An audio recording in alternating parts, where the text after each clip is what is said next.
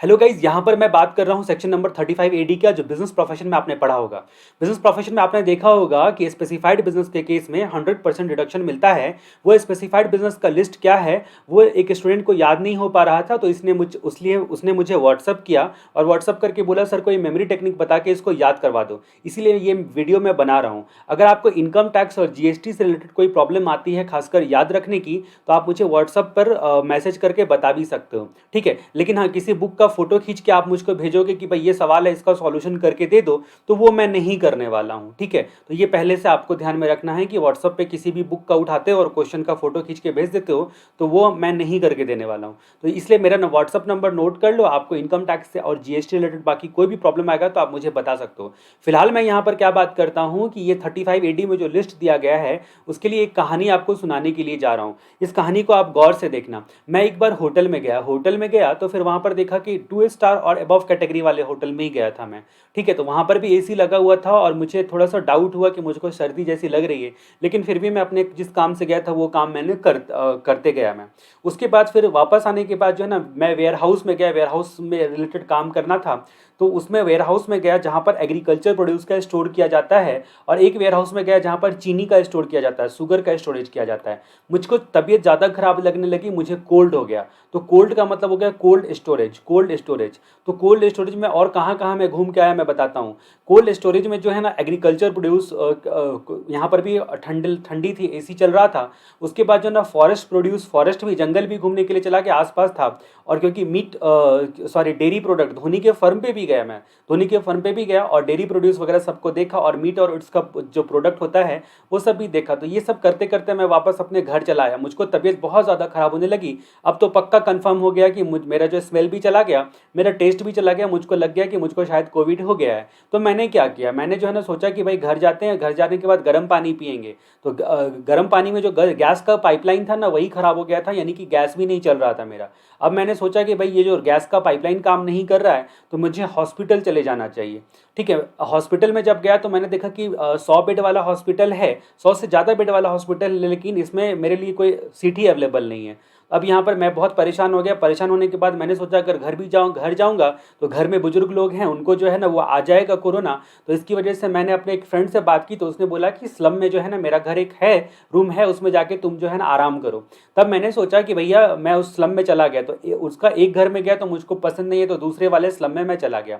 तो एक स्लम में आपका हो गया कि स्लम रीडेवलपमेंट और रिहैबिटेशन, जो कि गवर्नमेंट स्कीम के तहत होता है। और दूसरा स्लम में आपका हो गया अफोर्डेबल हाउसिंग स्कीम, जो कि अफोर्डेबल हाउसिंग स्कीम। तो ये आपका हो गया स्लम वाला, और ये अफोर्डेबल हाउस था दूसरे फ्रेंड के पास, तो मैं उसमें चला गया।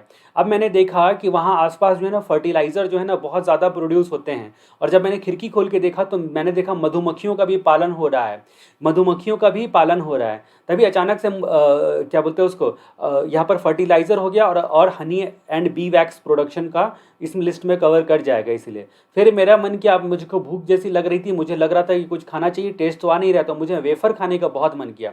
अब ये वेफ़र का मतलब, ये जनरली तो ये वेफ़र होता है, लेकिन 35 एडी में जो हमारा लिस्ट है उसमें सेमी कंडक्टर वेफ़र फैब्रिकेशन है, ठीक है। तो ये सेमी कंडक्टर चिप मैं आपको दिखा दे रहा हूँ। उसके बाद मैंने सोचा कि अब मेरे को ऑक्सीजन लेवल मेरा डाउन होने लगा, मेरा जो ऑक्सीजन लेवल डाउन होने लगा तो मुझे परेशानी होने लगी। तो मैंने सोचा अपने बेड पे ही वेंटिलेटर को बनाते हैं, यानी कि इंफ्रास्ट्रक्चर डेवलप करने में मैं लग गया। यानी कि होम वेंटिलेटर को हमने बोला इंफ्रास्ट्रक्चर डेवलप एंड मेंटेन। उसके बाद फिर जो है ना मैंने सोचा कि क्या करें।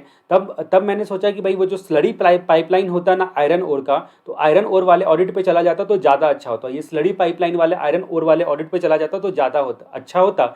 नहीं तो कम से कम कस्टम वाला काम कर लिया होता, इनलैंड कंटेनर डेपो और कंटेनर फ्रेट स्टेशन, तो ज़्यादा अच्छा होता। और मैं ये सोच के जो है ना अफसोस हो करके बहुत परेशान हो रहा हूँ। तो ये कोविड-19 की वजह से जो है ना मैंने ये सेक्शन आपको याद करवाने की कोशिश की है। यहाँ पर मैं आपको सारी चीज़ों का एक बार लिस्ट बता देता हूँ। मैंने आपको सबसे पहले क्या बोला, 35 एडी में का लिस्ट में एक बोला होटल में 2 स्टार और अबव कैटेगरी का ही होटल आएगा, ठीक है। उसके बाद मैंने बोला वेयर हाउस में दो चीज़ें, एक एग्रीकल्चर प्रोड्यूस का वेयर हाउस जो स्टोर करने का, और दूसरा शुगर का, चीनी का, ठीक है। उसके बाद मैंने आपको बोला कोल्ड, तो कोल्ड जो चेन स्टोरेज होता है ना, ठीक है, कोल्ड कोल्ड चेन जो होता है ना, वो एग्रीकल्चर प्रोड्यूस का, फॉरेस्ट प्रोड्यूस का, उसके बाद जो है ना डेयरी प्रोडक्ट का, मीट वगैरह का, और उसके प्रोडक्ट वगैरह का, ठीक है। फिर मैंने बोला कि आपका गैस पाइपलाइन के बारे में, तो ये क्रॉस कंट्री गैस पाइपलाइन है, ठीक है। फिर मैंने बोला कि हॉस्पिटल चला गया, तो हॉस्पिटल में मिनिमम 100 बेड वाला हॉस्पिटल। हाउस में मैंने दो प्रकार के हाउस बोले, एक स्लम डेवलपमेंट रिहैबिटेशन वाला, और दूसरा अफोर्डेबल हाउसिंग स्कीम वाला। उसके बाद मैंने देखा फर्टिलाइजर जो है ना प्रोड्यूस हो रहे हैं, फिर देखा कि जो है ना हनी एंड बी वैक्स हो रहे हैं, फिर वेफर खाने का मन किया, सेमी कंडक्टर वेफर फैब्रिकेशन, ठीक है। उसके बाद इंफ्रास्ट्रक्चर जो है ना मैंने बनाने का सोचा कि चलो इधर ही बैठेंगे, तब तक मैं अफसोस करने लगा कि काश मैं होटल वगैरह का चक्कर में नहीं जाता, और ये सारे ऑडिट में नहीं नहीं जाके अगर मैं स्लरी पाइपलाइन आयरन ओर वाले में जाता, तो वहाँ पे तो गर्म माहौल था, तो वहाँ पे मुझे कोरोना नहीं होता, या फिर कस्टम का जो है काम वो सब करता, तो inland container depot, custom freight station, ठीक है। तो ये सारे लिस्ट में आते हैं आपके। ये जो मेरी कहानी है उसको सुनने के बाद एक बार जल्दी से आप 35 AD को रीड कर दो, सारे के सारे पॉइंट्स उम्मीद करता हूँ कि आपको याद हो जाएंगे।